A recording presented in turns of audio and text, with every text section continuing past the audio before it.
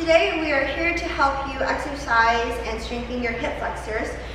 This program includes strengthening your hip flexors for a specific action. Our action will be riding a bike, not only riding it intensively, but we are also trekking it uphill. So in that movement, the muscles that people commonly think of that are doing most of the work will be your lower extremities or your lower limbs. That would include the ankle, the knees, the thighs, the back of your legs, everything. But in reality, most of the driving force will be coming from your hip extenders. Your hip extenders include your hamstrings and your glutes, and much more on as we will later discuss. In this program, we will use concentric base exercise such as the Romanian deadlift or RDL. My colleague will later on help you to walk through the exercises and show you what to do and what not to do to get the best optimal training for the bike ride. So today I'm going to be teaching you how to perform a basic RDL or Romanian deadlift. So to demonstrate how to properly do a Romanian deadlift, I have my lovely volunteer Mimi. So Mimi's going to perform this exercise, and what I want her to do is to get into position.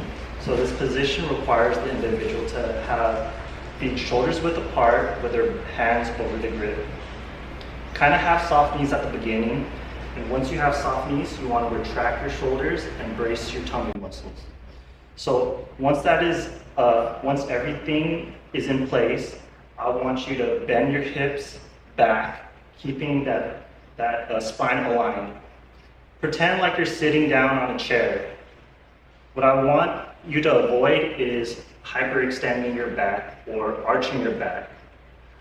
That would put a lot of strain on your low back, your neck, and that's what we don't want.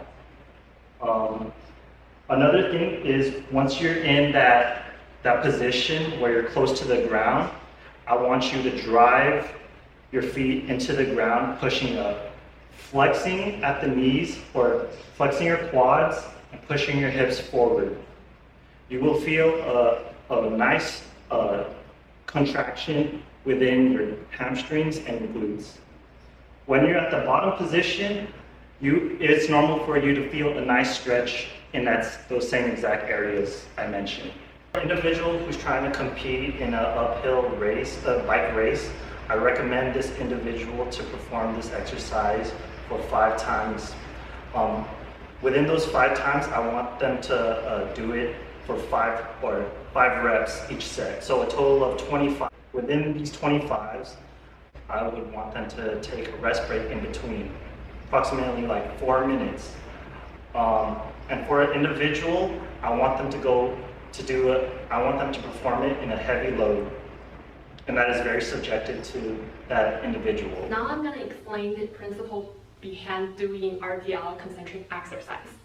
In uphill biking, mainly your hip extensor involved, which includes your semitendinosus, semimembranosus, bicep femoris from your hamstring, and then your gluteal max, minimus from your gluteal region. And those muscles are exactly involved while you're doing RDL exercise. As we said earlier, RDL exercise is a concentric exercise. But what is a concentric exercise?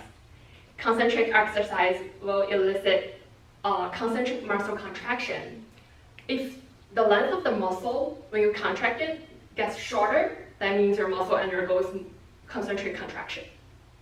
And there's one thing we need to watch out while we're doing concentric exercise is we need to control the speed of muscle contraction.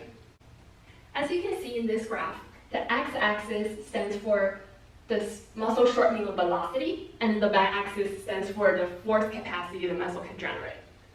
As you contract your muscle faster and faster, actually your maximum force capacity goes down. So, in other words, while you're doing RDL exercise, you need to slow down your motion.